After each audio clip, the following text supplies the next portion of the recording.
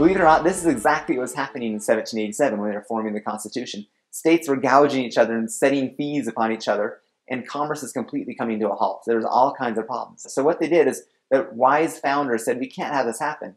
We need to give power to a third party so that one state and another state won't argue and just completely beat each other up. Let's give power to a third party, and that third party was the federal government. And they gave them the power to set the rules, not to control the states, but to set the rules between the states so they couldn't put fees on each other, and commerce would continue to flourish, and we could survive, right, economically.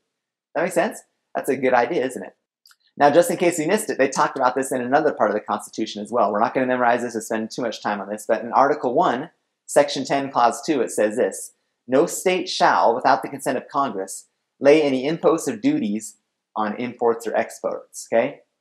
Now, lay any imposts or duties, that's simply a big fancy word for saying collect any state fees, okay? What's imports and exports?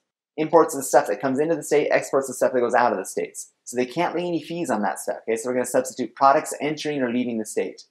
So no state shall, without the consent of Congress, collect any state fees on products entering or leaving the state.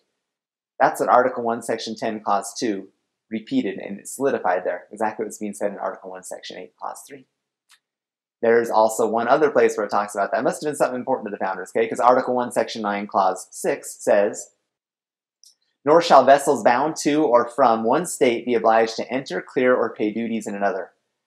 What does that mean? Well, let's just take that and just say it in simple terms, okay? And no trucks or ships that are going to or from a state can be forced to pay fees just for being in that state. Okay? So it's a third witness here, third time that it says, no, you can't do that. You can't just say, well, you're in our state, so you must pay this fee because you're in our state. No, that's not freedom. That will slow things up. It'll keep things, instead of being regular and flowing, it'll stop things from happening. There'll be no more commerce that occurs. Okay? James Monroe says, a power to prevent any fees on the trade between the states was the only power granted. Okay, I threw in the word fees there to kind of modernize what he's saying, but a power to prevent any fees on the trade between the states was the only power granted. That's what he's saying. The Interstate Commerce Clause, all that did was allow Congress to disallow the states from putting fees on each other so that commerce could flourish. Makes sense, doesn't it? Makes perfect sense.